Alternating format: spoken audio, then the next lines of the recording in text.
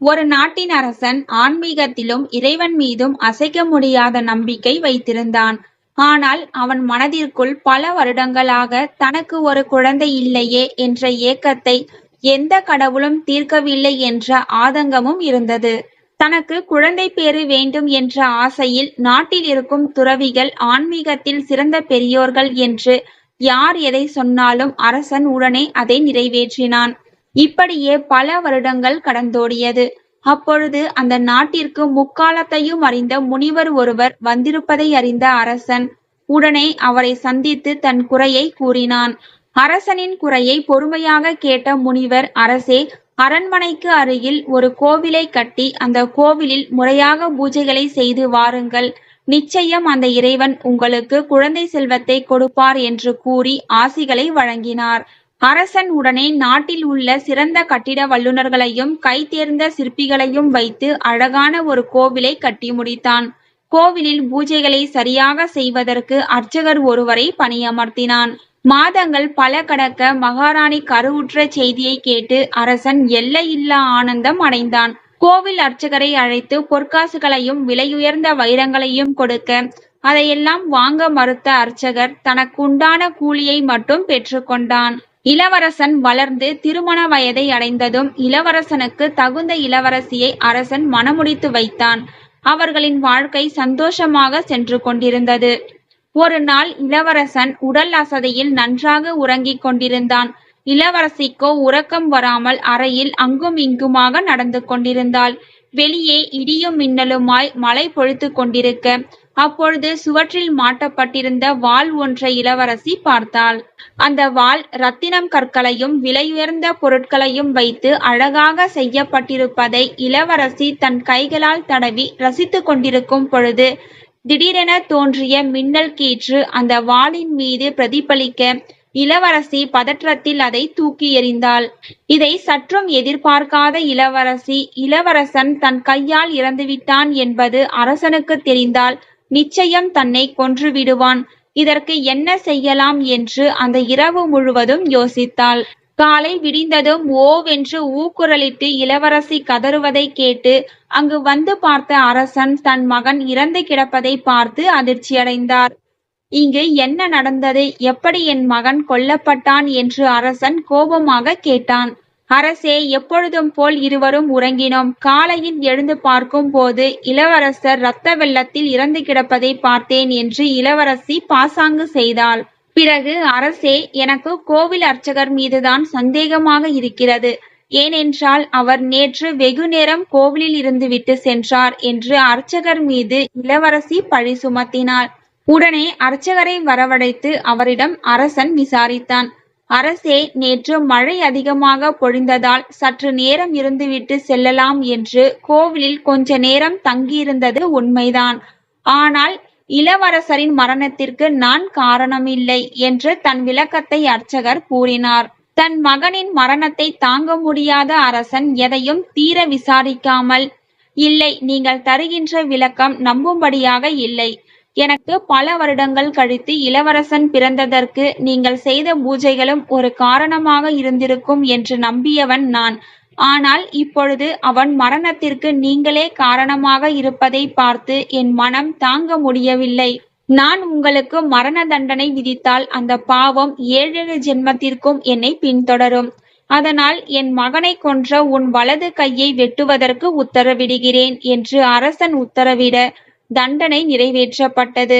அரசே, மகன் மீது இருக்கும் கண்மூடித்தனமான அன்பால் உண்மை எது பொய் எது என்று தீர விசாரிக்காமல் நீ நீதி தவறிவிட்டாய்.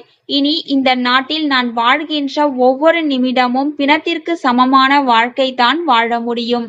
நீதி வழங்குவதற்கு முன் அன்பு, பாசம், உறவுகள், தனக்கு வேண்டியவர்கள், தனக்கு வேண்டாதவர்கள், பணம் படைத்தவர்கள், ஒன்றுமில்லாத வறியவர்கள் என்று அனைத்து வேறுபாடுகளையும் கடந்து எவன் ஒருவன் நீதியை வழங்குகிறானோ அவனே சிறந்த நீதிமான். நீ அந்த தகுதியை இழந்து விட்டாய் என்று கூறிவிட்டு அந்த நாட்டை விட்டு அர்ச்சகர் வெளியேறினார். செய்யாத தவறுக்கு எதுக்கு எனக்கு இந்த தண்டனை என்று மனதிற்குள் நினைத்து கொண்டே சென்றவர் முக்காலத்தையும் அறிந்த மகான் ஒருவர் அருகில் குடிசையில் இருப்பதை அறிந்து அவரிடம் சென்று தன் நிலைக்கான காரணத்தை தெரிந்து கொள்ள விரும்பினார். அங்கு சென்று பார்த்தால் அந்த மகானின் மனைவி அவரை கண்டபடி திட்டிக் கொண்டிருப்பதை பார்த்து அர்ச்சகர் திகைத்து நின்றார். பிறகு அர்ச்சகரை பார்த்த மகான், ஐயா, யார் நீங்கள்? எதற்காக என்னை பார்க்க வந்தீர்கள் என்று கேட்டார். இல்லை ஐயா, என்னுடைய முக்காலத்தை அறிந்து கொள்ள வந்தேன். ஆனால் உங்கள் மனைவி உங்களை திட்டுவதை பார்த்ததும் எதுவும் எனக்கு கேட்க தோன்றவில்லை என்று அர்ச்சகர் கூறியதும் ஒரு மெல்லிய புன்னகையுடன், என் கர்மாவை நான் இப்பொழுது அனுபவித்துக் கொண்டிருக்கிறேன். அதனால்தான் என் மனைவி என்னை திட்டினாலும் நான் சிறிய புன்னகையுடன் கடந்து விடுகிறேன் என்று மகான் கூற அர்ச்சகருக்கு ஒன்றும் புரியவில்லை. விவரமாக கூறுகிறேன். முற்பிறவியில் அவள் கழுதையாகவும் நான் காகமாகவும் பிறப்பெடுத்தோம். அப்பொழுது கழுதையின் முதுகில் ஒரு சின்ன காயம் ஏற்பட்டு அது நாளடைவில் பெரிய புண்ணாக மாறி அதில் புழுக்கள் உருவாகிவிட்டது. அதை பார்த்த காகம் அந்த புழுக்களை உண்ண தன் மூக்கால் கழுதையின் முதுகை கொத்த மூக்கு அதன் முதுகெலும்பில் பலமாக சிக்கிக் கொண்டது. கழுதையால் வலி தாங்க முடியாமல் அருகில் ஓடிக்கொண்டிருந்த ஒரு புண்ணிய நதியில் இறங்க, நதியில் நீரின் வேகம் அதிகமாக இருந்ததால் கழுதையும் காகமும் நதியில் மூழ்கி உயிரை விட்டது. புண்ணிய நதியில் உயிர் பிரிந்ததால் பாவங்கள் குறைந்து நாங்கள் இருவரும் மனிதர்களாக பிறப்பெடுத்து இப்பொழுது கணவன் மனைவியாக வாழ்ந்து வருகிறோம். எனக்கு முக்காலமும் தெரியும் என்பதால் அவள் மீது எந்த குறையும் இல்லை என்பதை புரிந்து நான் செய்த கர்மாவை இப்பொழுது அனுபவிக்கிறேன் என்று கூறி முடித்தார். ஐயனே, உங்கள் பிரச்சனை என்னவென்று கூறுங்கள் என்று கேட்க அர்ச்சகர் கூறிய விஷயங்களை மகான் கேட்டறிந்தார். பிறகு, ஐயனே, உங்கள் கையை அரசன் வெட்டவில்லை. கர்மா தன் தண்டனையை அரசன் மூலம் நிறைவேற்றி கொண்டது என்று மகான் கூற எதுவும் புரியாமல் அர்ச்சகர் விழித்தார். நீங்கள் முற்பிறவியில் முனிவராக ஒரு காட்டில் தியானத்தில் இருந்தீர்கள். அப்பொழுது வேடன் ஒருவன் மான் ஒன்றை துரத்தி கொண்டு வந்தான். அந்த மான் எந்த திசையில் சென்றது என்று உங்களிடம் வேடன் கேட்க நீங்கள் மான் சென்ற திசையை உங்கள் வலது கையால் காட்டினீர்கள்.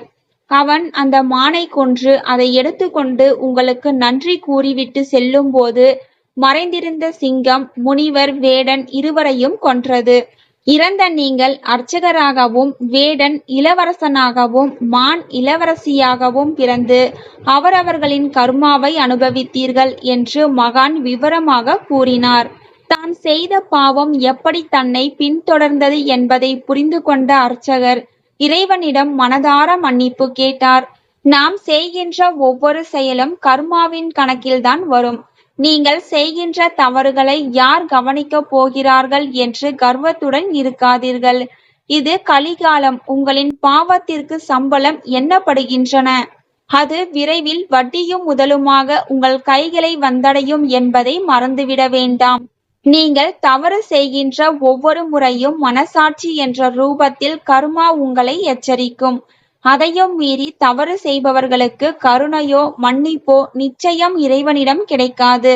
தண்டனை மட்டுமே காத்திருக்கும் என்பதை நினைவில் வைத்துக் கொள்ளுங்கள். தேங்க்யூ ஃபார் வாட்சிங்.